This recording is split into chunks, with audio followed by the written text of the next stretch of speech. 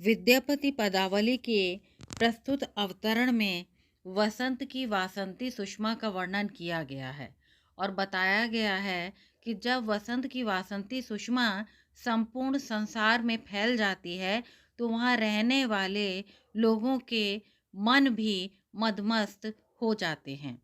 नव वृंदावन नव नव तरु गण नव नव विकसित फूल नवल बसंत नवल मलयानिल मातल नव अलिकूल विहरई नवल किशोर कालिंदी पुलिन कुंज वन शोभन नव नव प्रेम विभोर नवल रसाल मुकुल मधुमातल नव कोकिल कुल गाय नव युवती गण चित उमला अति नवरस कानन धाय नव जुबराज नवल बर नागर मेलिए नव नव भांति नित नित ऐसन नव नव खेलन विद्यापति मति माति।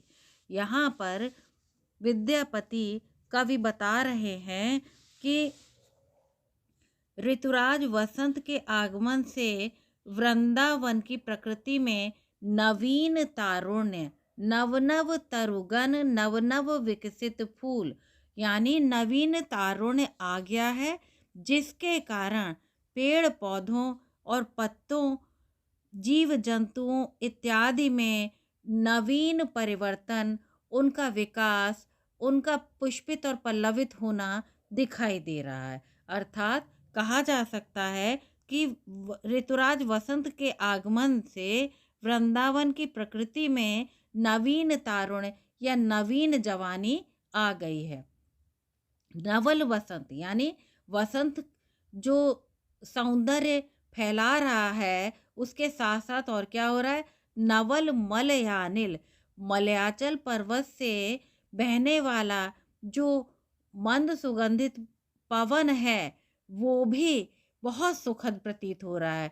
मातल नव अली कूल, और यहाँ पर अली माने भ्रमर, कूल माने किनारे, और यहाँ पर जो भ्रमरों की पंक्तियाँ हैं जो कि यमुना तट पर वसंत के फूल पुष्पित और पल्लवित हो रहे हैं, प्रकृति में वासंती शोभा छा रही है, ऐसे में जो भ्रमरों की पंक्तियाँ हैं वो इस पर बैठकर रसपान कर रही हैं। विहरई नवल किशोर, और इसके साथ साथ यहाँ पर तरुणाई को यानी जिन्होंने नवल किशोर भी यहाँ पर नए नए किशोर और किशोरी सभी लोग यहाँ पर आनंदित हो रहे हैं, विहार कर रहे हैं। कालिंदी पुलिन कुंज वन शोभन नव नव प्रेम विभोर, यानी नए नए प्रेम में उन्मत्त जो युवक और युवतियां हैं वो भी यहाँ पर प्रेम का प्रतिदान पाने के लिए, प्रेम में चरमावस्था पराकाष्ठा पाने के लिए वो यमुना के किनारे वनों के अंदर आनंद की प्राप्ति के लिए भाग रहे हैं, प्रेम विभोर हो रहे हैं। नवल रसाल, नवल माने नवीन, रसाल माने आम के, मुकुल माने पल्लवित पुष्पित होना, मधुमातल नव कोकिल कुल गाय, अर्थात नवल आम के आम्र मंजरी अर्थात पुष्पों की मंजरी का रसपान करके भ्रमरावली भौरे मातल माने मदमस्त हो गए हैं। नव मधुमातल नव कोकिल कुल गाय, और कोकिल शावकों का समूह नव्य गीतों के द्वारा आम के बगीचों को गुंजायमान किए हुए है। अर्थात उधर भ्रमर रसपान कर रहे हैं और इधर कोकिलों का जो समूह है यानी कोयलों का जो समूह है वो भी आम के बाग में बैठ करके मधुर वाणी में गुंजार कर रही हैं। नव युवती गण चित उमता आई नव रस कानन धाय, नव युवतियों का झुंड उन्मत्त हो गया है, युवतियों का मन प्रेमाधिक्य से विह्वल हो गया है।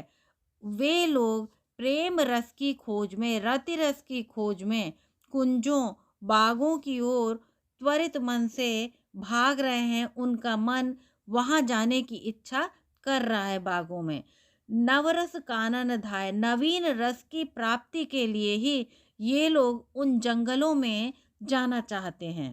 पुनः देखिए, नव युवती गण चितुमताई नवरस कानन धाय, यानी नवीन युवक और नवीन युवतियां, नए से मतलब है जो इस समय युवा हो रहे हैं, ऐसे लोगों के चित्त में उमंगें बढ़ रही हैं और वो उस नवीन रस की खोज के लिए जंगलों की ओर दौड़ रहे हैं।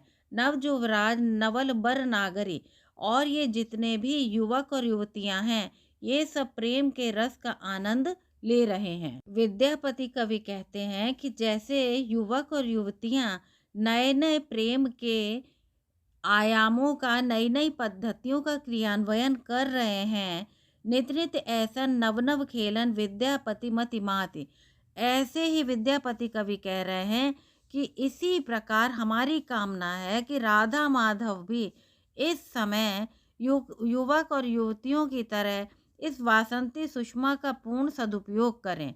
वे दिन प्रतिदिन नवीन क्रियाकलापों में संलग्न रहें, नए नए खेलों को खेलें, प्रेम के खेलों को खेलें और जीवन लीला के महानंद को प्राप्त करें। इस प्रकार का वर्णन यहाँ पर किया गया है। यहाँ पर हम देख रहे हैं कि विद्यापति ने वसंत की सुषमा से समस्त प्रकृति के साथ साथ मानव मन किस प्रकार प्रभावित होता है, उसका वर्णन यहाँ पर बहुत ही स्पष्ट होकर के किया है। काव्य सौष्ठव देखते हैं तो वसंत का उद्दीपक रूप चित्रित है। नव नवल की अनेक बार आवृत्ति होने पर भी हमें यहाँ कोई कमी नहीं महसूस होती। नवगति, नवलय, ताल, छंद नव, ये हमें महाप्राण सूर्यकांत त्रिपाठी निराला की पंक्तियां भाव साम्य में दिखाई देती हैं। मैथिली लोक भाषा का सुंदर प्रयोग है। कोमलकांत पदावली है, विविध अलंकारों का प्रयोग है और त्रिपाठी निराला की पंक्तियों के साम्य है। नवगति, नवलय, ताल, छंद नव, नवल कंठ नव, जलद मंद रव, नव नव के नव विहग वृंद को नव पर नव स्वर दे। ये भी इसी प्रकार की पंक्तियां हमें दिखाई देती हैं। निराला ने भी यहाँ वसंत की सुषमा का वर्णन किया है। विशेष जानकारी के तौर पर हम जान सकते हैं कि विद्यापति की प्रसिद्धि का आधार उनकी पदावली है। पदावली में भक्ति विषयक और श्रृंगार विषयक दोनों प्रकार के पद लिखे गए हैं और विद्वानों ने इसी आधार पर कोई उन्हें भक्त कहता है, कोई श्रृंगारी कवि कहता है। भक्त कवि कहने वाले कवि हैं जॉर्ज ग्रियर्सन, ब्रजनंदन सहाय, बाबू श्याम सुंदर दास इत्यादि। जॉर्ज ग्रियर्सन विशेष रूप लिखते हैं कि राधा जीवात्मा का प्रतीक है और कृष्ण परमात्मा के। जीवात्मा परमात्मा से मिलने के लिए निरंतर प्रयत्नशील है। विद्वानों का एक दूसरा वर्ग है जो इन्हें श्रृंगारी कवि मानता है, जिनमें से प्रमुख है हरप्रसाद शास्त्री, रामचंद्र शुक्ल, बाबूराम सक्सेना, रामवृक्ष बेनीपुरी, डॉक्टर राम कुमार वर्मा, बच्चन सिंह इत्यादि। विद्यापति के काव्य में विद्यमान भक्ति तत्व आचार्य शुक्ल की ने बहुत तीखी आलोचना की है और वो कहते हैं कि आध्यात्मिक रंग के चश्मे आजकल बहुत सस्ते हो गए हैं। उन्हें चढ़ाकर जैसे कुछ लोगों ने गीत गोविंद को आध्यात्मिक संकेत बताया, वैसे ही विद्यापति के इन पदों को भी। निराला ने श्रृंगार विषयक इन्हीं तर्कों के आधार पर विद्यापति के काव्य को नागिन की लहर कहा है। बच्चन सिंह खुजराहो की मंदिर वाली आध्यात्मिकता बताते हैं। विद्यापति से संदर्भित विद्वानों के प्रमुख कथन इस प्रकार हैं। हजारी प्रसाद द्विवेदी ने विद्यापति को श्रृंगार रस के सिद्ध वाक कवि कहा है। निराला ने पदावली के श्रृंगारिक पदों को नागिन की लहर कहा है और अन्य प्रशंसकों ने उन्हें अभिनव जयदेव, कवि शेखर, कवि कंठहार, नवकवि शेखर, खेलन कवि, दशावधान, पंचानन, मैथिल कोकिल आदि कहकर पुकारा है। यदि आपको मेरे द्वारा पढ़ाया गया पद समझ में आया हो तो कृपया चैनल को लाइक, शेयर और सब्सक्राइब अवश्य करें। धन्यवाद।